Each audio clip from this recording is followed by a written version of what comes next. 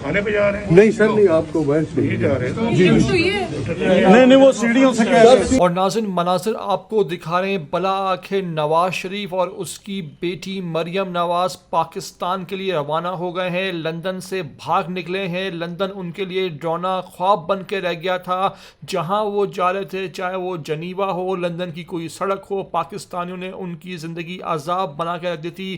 ख़ास तौर पर शायान अली, जो सारा मीर, इन तमाम एहतजाज को जब भी ये नवाज शरीफ भगोड़ा लंदन जाता है तो इसको लीड करते हैं। तो आप देख सकते हैं मनाजिर में कि जब नवाज शरीफ उतर रहा था सीढ़ियों से नीचे, तो ख़ास तौर पर अपने सिक्योरिटी एहलकार पटवारियों से पूछता पाया गया कि वो देखो, चेक करो नीचे शायान अली तो नहीं खड़ा। उसके बाद ये छुपता छुपाता वहाँ से भागा है, गाड़ी में बैठा है।